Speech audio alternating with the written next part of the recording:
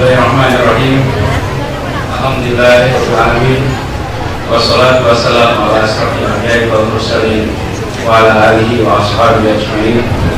Asyhadu an la ilaha illallah wa asyhadu anna Muhammadan abduhu wa rasuluh. La ilaha illallah.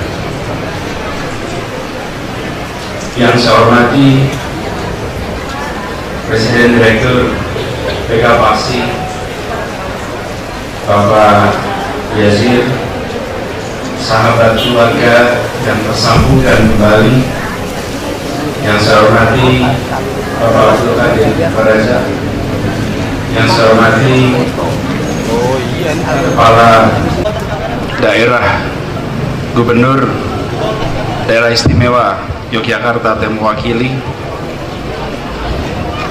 Bapak Direktur Bindik Keluarga yang saya hormati, segenap pimpinan wilayah dan daerah PK Paksi seluruh Indonesia. Assalamualaikum warahmatullahi wabarakatuh.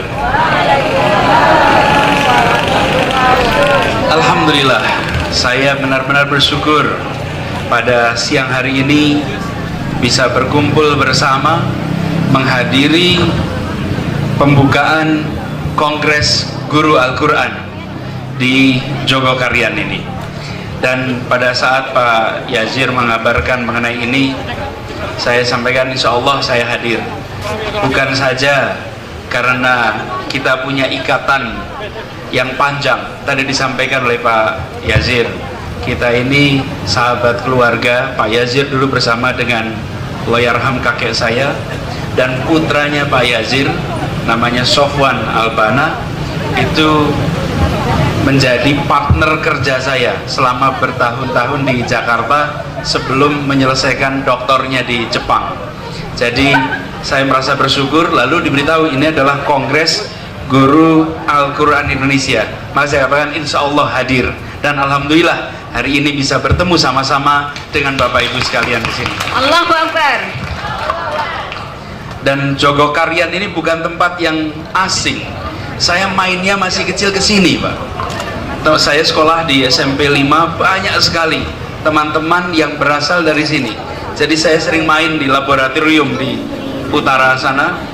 Buat Bapak Ibu dari seluruh Indonesia mungkin tidak hafal, tapi kalau buat saya Jogokarian ini ada Roro Jonggrang, ada Swasti kita, itu semua teman-teman yang sering kita main-main sama-sama. Jadi kembali ke sini seperti kembali ke kampung halaman sendiri. Dan kumpul dengan Bapak Ibu semua Guru Al-Quran Indonesia. Kedua, saya ingin menyampaikan apresiasi Ibu dan Bapak sekalian menjalankan peran mengajarkan pada anak-anak kita Al-Quran, meneruskan tradisi Rasulullah. Insya Allah bukan saja generasi masa depan disiapkan oleh Bapak Ibu sekalian, tetapi aliran pahala untuk Bapak Ibu sekalian akan terus mengalir sampai di akhirat nanti. Dan Bapak Ibu semua, tema yang diambil di dalam kongres ini adalah membangun keluarga tangguh berbasis Al-Quran, mempersiapkan pemimpin bangsa. Begitu kita berbicara anak muda, pendidikan, maka kita bicara masa depan. Itu bedanya antara lembaga pendidikan dengan museum. Kita datang ke museum untuk lihat masa lalu, tapi datang ke sekolah untuk lihat masa depan. Karena itu tidak boleh sekolah kita seperti museum. Kenapa tidak boleh sekolah museum? Museum itu yang ditunjukkan masa lalunya, kehebatan kemarinnya itu yang ditunjukkan di museum. Bapak Ibu datangi setiap museum pasti bercerita tentang kemarin.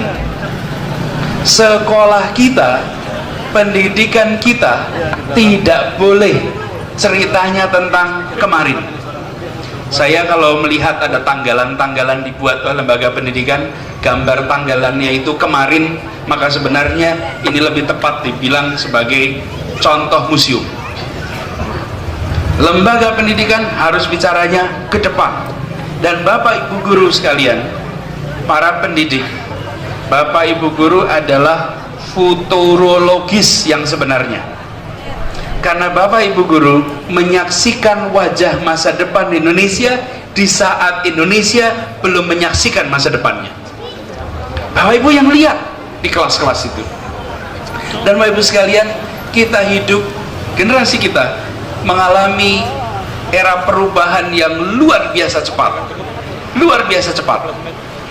Dan seringkali, apalagi umat Islam, sering kali menghadapi masalah, menang atau kalah bukan karena mampu atau tidak mampu, tapi karena siap atau tidak siap menghadapi perubahan zaman. Siap atau tidak siap.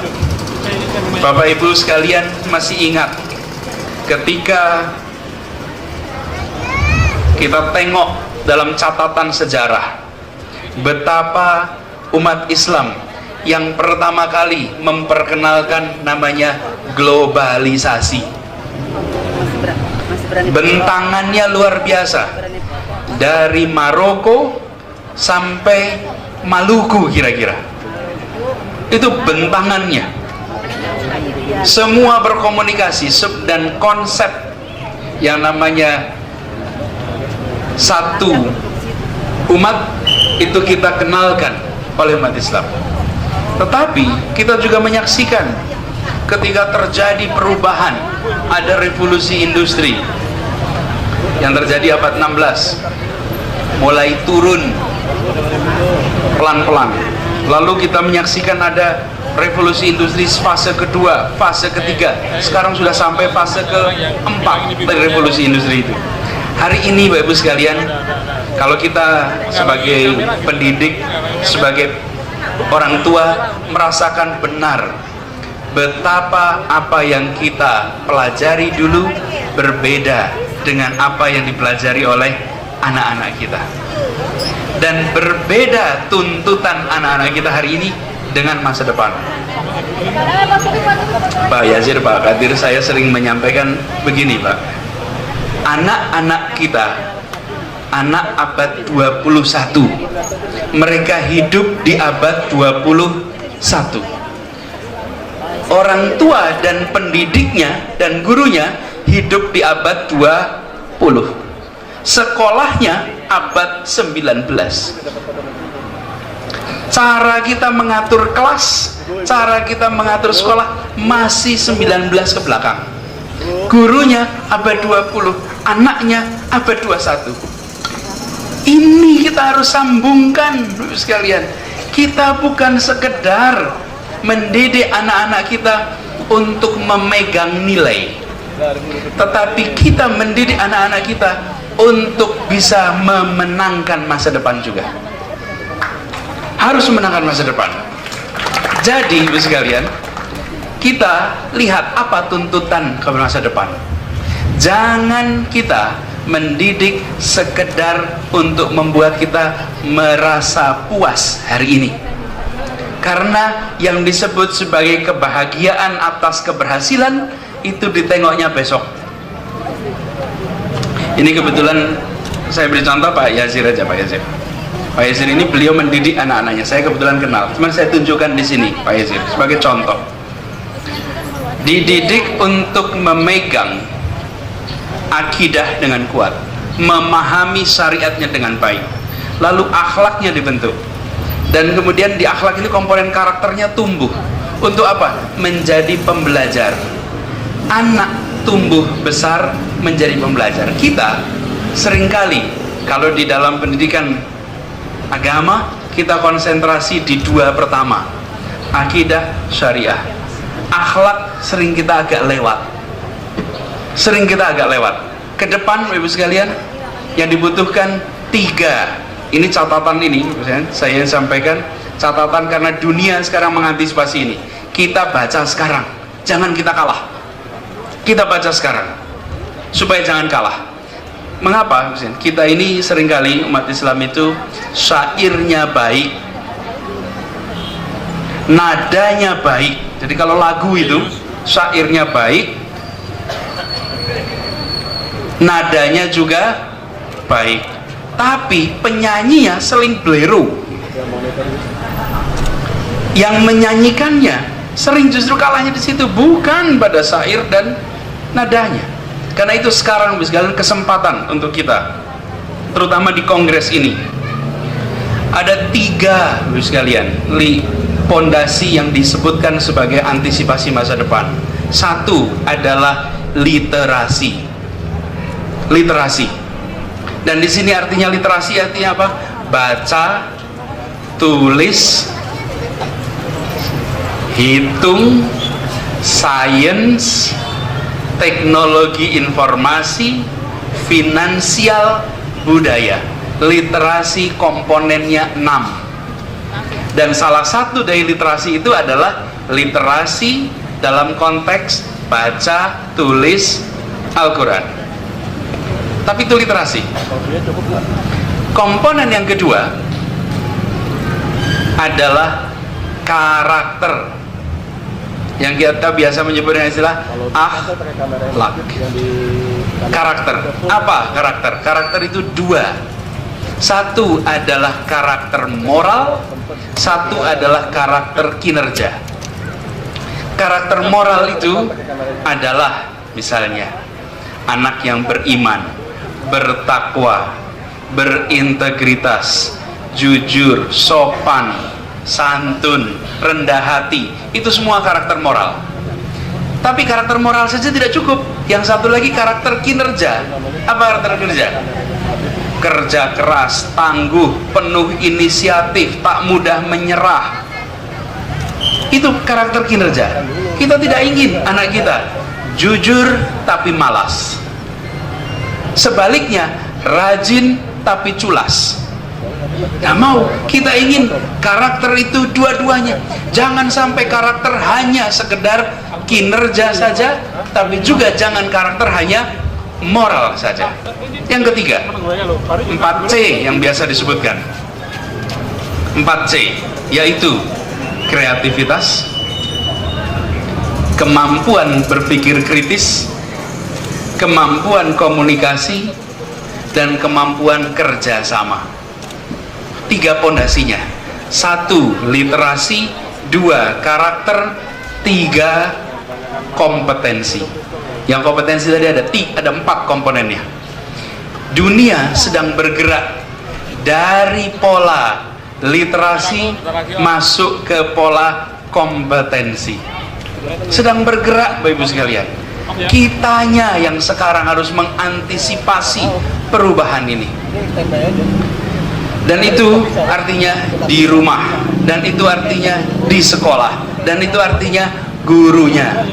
Jadi Bapak Ibu, para guru, para pendidik sekalian, kalau kita mengatakan anak kita harus menguasai 3 itu, artinya apa? Kita harus menguasai 3 itu. Jika gurunya tidak mempraktekkan, jangan harap anaknya mempraktekkan. Jika orang tuanya tidak mempraktekkan, jangan harap anaknya mempraktekkan. Tidak mungkin. Karena itu kita harus membangun karakter-karakter tadi melalui proses. Saya ini sering membiasakan, istilah karakter itu kadang-kadang membuat kita merasa rumit namanya itu. Saya sering karakter itu saya gunakan istilah yang lebih sederhana, yaitu kebiasaan. Karakter disiplin artinya kebiasaan disiplin. Karakter jujur artinya kebiasaan jujur. Karakter kerja keras artinya kebiasaan kerja keras. Supaya apa? Kita bisa menerjemahkan yang disebut dengan akhlak karakter dalam bentuk kebiasaan. Karena itu yang harus kita bangun di semua titik adalah proses pembiasaan. Itu sebabnya, Ibu sekalian, kalau kita bicara tentang membangun pembiasaan, membangun karakter, maka pastikan kita tulis dan kita praktekkan kebiasaan-kebiasaan apa yang ingin muncul di anak kita. Suatu ketika, Bapak Ibu sekalian, saya ingin memberikan contoh kasus Jepang. Jepang ini menarik karena Jepang adalah sebuah bangsa yang diperhitungkan di tingkat dunia, tetapi nilai-nilainya tidak dia buang. Kita ingin seperti itu, bukan? nilainya Islam, nilainya Qurani, tetapi kompetensinya dan wibawanya level dunia. Betul tidak? Kita ingin seperti itu. Bagaimana cara mereka melakukannya? Dengan pendidikan. Dengan pendidikan. Dan pendidikannya pada proses pembiasaan. Ini pengalaman pribadi. Satu ketika saya sedang belajar di sana, kami ada libur beberapa hari, jadi ingin naik ke puncak Gunung Fuji. Para mahasiswa itu ber-25, kita naik. Tahunnya sekitar 93. Sampai di atas, dari 25 itu tinggal 5-6 orang. Sepanjang jalan itu kita bawa tongkat, yang tongkatnya itu distempel pakai besi panas tiap pos. Jadi bukti kalau sudah sampai puncak itu ada stempel besi panas. Pos 1, pos 2, pos 3, pos 4 sampai pos puncak. Atau kalau tidak mampu beli tongkat, pakainya kertas. Saya termasuk yang pakai kertas karena harga tongkatnya lumayan agak mahal. Teman saya yang dari Thailand pakai tongkat, dicap. Kami punya cap gitu. Pulang lelahnya luar biasa karena naik ke atas. Jadi kita perlu naik taksi. Mahasiswa-mahasiswa itu turunan naik taksi dari tempat kita turun ke tempat kita tinggal di sebelah selatan Tokyo. Panjang perjalanan semua kita tidur di jalan. Masuk taksi, tongkatnya taruh di belakang. Di kalau apa taksi itu belakang ada kaca, tempat speaker itu tongkat-tongkat taruh situ. Tidur semua sepanjang jalan karena saking lelahnya. Begitu sampai bayar, turun, taksinya bablas, tongkatnya terbawa taksi, lalu semuanya tidur bangun turun. Nah itu bukti kalau sampai puncak. Sekarang zaman itu belum ada HP, tidak bisa SMS, habis sudah. Saya yang pakai kertas yang masih senyum karena saya masih punya bukti nih, saya sampai ke puncak. Yang pakai tongkat, nah sudah, dilepas, dilepas itu dilepaskan. Gelonya luar biasa, karena ngulangi gelahnya top, lepas sudah. 3 hari kemudian, kami turun di tempat kami tinggal, asrama. Ada pengumuman besar sekali, dituliskan bahwa siapa merasa kehilangan tongkat di taksi nomor sekian hari ini, tujuan dari mana. Supir taksi itu tidak tahu siapa penumpang-penumpang itu. Dia mengirimkan tongkatnya dibungkus rapi dari kota tempat dia tinggal, dikirim kembali ke hotel itu, yang asrama itu, yang dia tidak tahu dikirimnya ke siapa. Dikirimkan ke asrama itu, hanya disebut saya mengantarkan penumpang tanggal sekian, jam sekian, ini tongkatnya. Diantar kembali, dan kita semua terheran-heran semuanya. Barang hilang bukan hanya ketemu, dikembalikan pakai ongkos dari si supir taksi. Apa yang terjadi terus sekalian? Dia dididik untuk terbiasa membedakan mana miliknya dan mana bukan miliknya. Terbiasa melalui proses pembiasaan. Jadi kalau lihat ada barang bukan miliknya di tempat dia, maka kebiasaannya adalah mengembalikan. Dan kalau ditanya, dia bingung kenapa dianggap salah. Coba kita tanya, Bapak kenapa kok dikembalikan? Pasti nggak bisa jawab. Ya bukan punya saya. Ya sederhana sekali, tidak ada bicara demi kejujuran, demi kelembagaan, nggak ada. Ya bukan punya saya. Sederhana sekali. Jadi di Jepang itu barang hilang ketemu. Nah kita di sini menghadapinya apa? HP dipegang hilang. Itu dipegang hilang. Saya mengalami hal yang sama. Tapi apakah seperti itu semua? Tidak. Pengalaman saya di kantor di Kemdikbud. Kemdikbud itu memiliki sebuah piano. piano di Kemdikbud itu ada sebuah piano. Saya diberitahu ini pianonya piano hebat, Pak. Kenapa? Karena tutsnya, ini apa tuts itu tempat keyboardnya itu terbuat dari gading asli, piano gading asli, jadi piano tua. Lalu penjaganya di situ bukan penjaga lah, yang merawatnya bagian apa inventaris barang, orangnya sangat sederhana sekali. Saya diceritai oleh direkturnya, Pak, beliau ini suatu ketika membawa piano tadi ke servis piano Yamaha. Sampai di sana, orang-orang yang ngerti piano itu datang lihat, ini kok ada piano seperti ini di Indonesia. Ini dibelinya pasti zaman lama sekali. Lalu apa yang terjadi? Ada salah satu orang yang datang dan bilang, Pak, saya tukar piano yang sama persis. Yang sama persis, tinggal diganti nomor inventarisnya. Oke? Dan Bapak diberi uang 2 miliar. Bapak Ibu bisa bayangkan kira-kira nilai pianonya seperti apa? Dan Bapak itu mengatakan apa? Terima kasih, tidak. Ini bukan piano saya, ini milik negara. Sederhana sekali. Dan waktu saya tanya, Pak, kenapa Ibu nggak mau? Hanya memang bukan punya saya, Pak. Dan ada bicara demi anti korupsi, nggak ada. Kami menegakkannya ada. Sederhana sekali, bukan milik saya. Karena itu saya tidak punya hak untuk menukarnya. Ibu sekalian, di Indonesia tak kalah cerita-cerita seperti ini. Tak kalah banyak. Hanya seringkali kita sebagai orang tua, sebagai pendidik justru tak menceritakan narasi-narasi keteladanan untuk membentuk karakter itu. Bapak Ibu sekalian, lihat film-film Hollywood. Lihat film Hollywood. Cerita tentang kriminalitas. Yang diceritakan kriminalnya atau polisinya? Polisinya.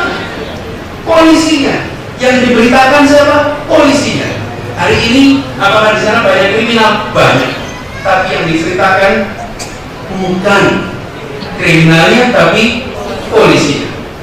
Bapak sekalian, hari ini Indonesia banyak orang ditangkap korupsi, kan? Yang dibicarakan siapa? Koruptornya. Kita bicara koruptornya. Kita tahu persis rumahnya di mana, kekayaannya berapa, anaknya siapa saja. Tapi ditanya siapa yang tangkap, tidak ada yang tahu. Padahal mereka bukan menyerahkan diri, mereka ditangkap. Jadi sekalian ambil sisi lain.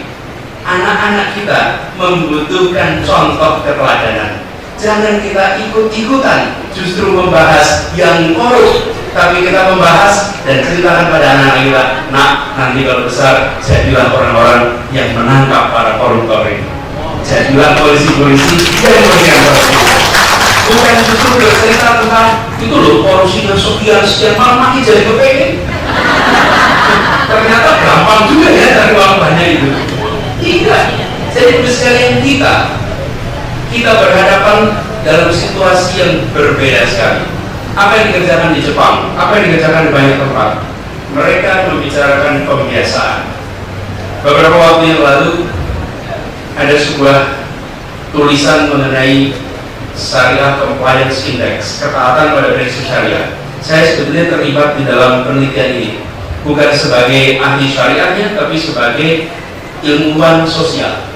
Kami berkumpul di Kuala Lumpur, yang memimpin namanya Imam Faisal Abdul Rauf.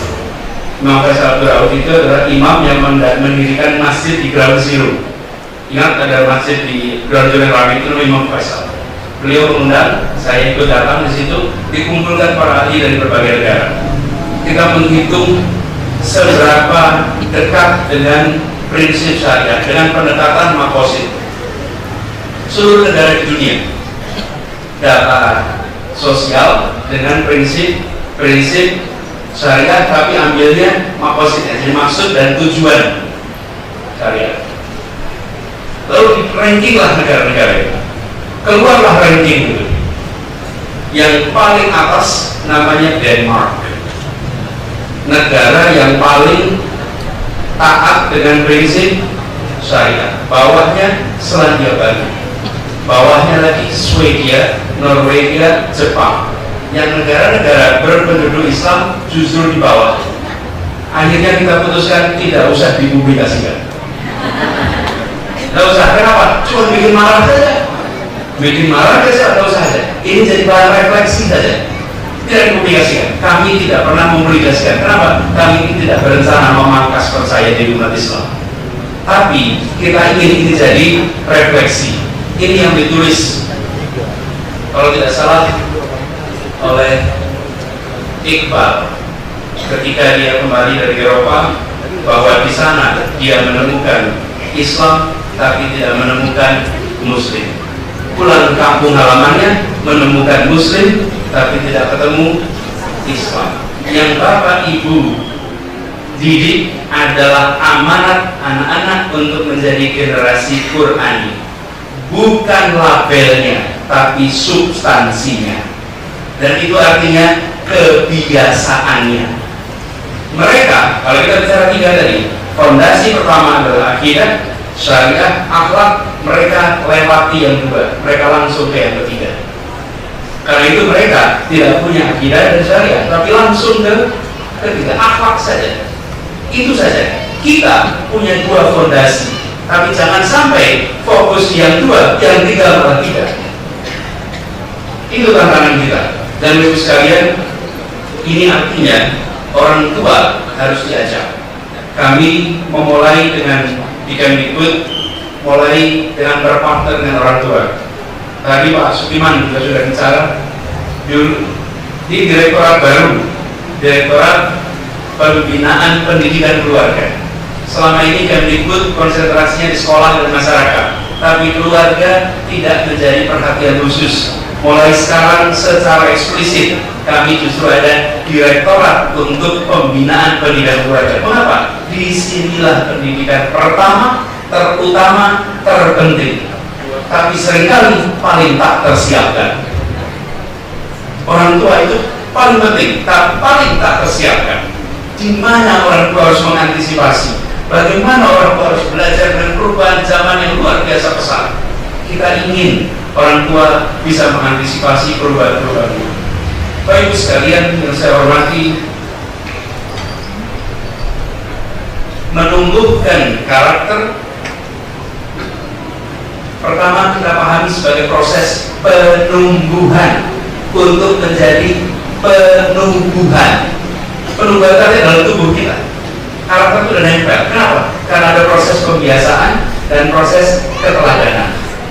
Karena itu Bapak Ibu yang saya hormati, tanggung jawab kita adalah justru memberikan ruang untuk merangsang anak-anak kita untuk tumbuh. Jadi saya bayangkan kalau anak-anak itu seperti biji pohon. Kalau biji pohon mangga itu besar, tapi di biji itu belum terlihat ada daun, belum terlihat ada batang, belum terlihat ada akar, masih kosong. Tapi bila kita tanam di tanah yang subur, maka dia akan tumbuh. Bagian dari pendidik, rumah tangga, keluarga, dan sekolah jadi tanah yang subur. Bagian dari pemerintah membuat iklim yang sejuk sehingga tanaman bisa tumbuh. Pemerintah membuat iklimnya. Pemerintah membantu mensuplai airnya, mendorong agar cuacanya, iklimnya memungkinkan, tetapi tempat tumbuhnya tetap di tanah rumah dan di tanah keluarga dan di tanah sekolah. Karena itu di tangan Bapak Ibu sekalian bibit ini. Saya usul jangan pernah menggunakan istilah mencetak generasi baru. Bukan, ini bukan percetakan, ini pendidikan. Membentuk bukan, ini bukan kasongan yang kita membentuk, bukan. Ini adalah penumbuhan.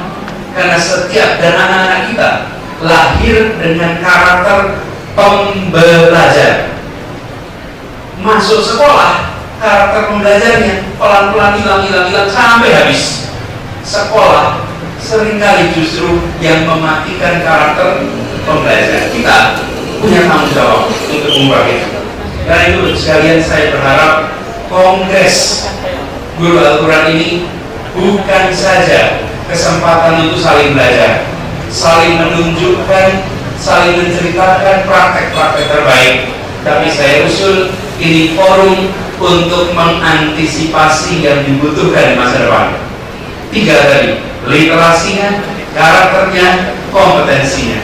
3 itu kita siapkan untuk anak-anak kita. Dan kabarkan pada semua bahwa untuk menang kita siapnya sekarang. Lalu kita lihat sekolah-sekolah kita, rumah-rumah kita, sudahkah menjadi percontohan masa depan atau lebih mirip museum-museum? Kalau lebih mirip museum, mari kita ubah. Jika ceritanya masih masa lalu, mari kita ubah. Siapkan untuk masa depan. Dan jangan takut, Bapak Ibu sekalian, jangan takut untuk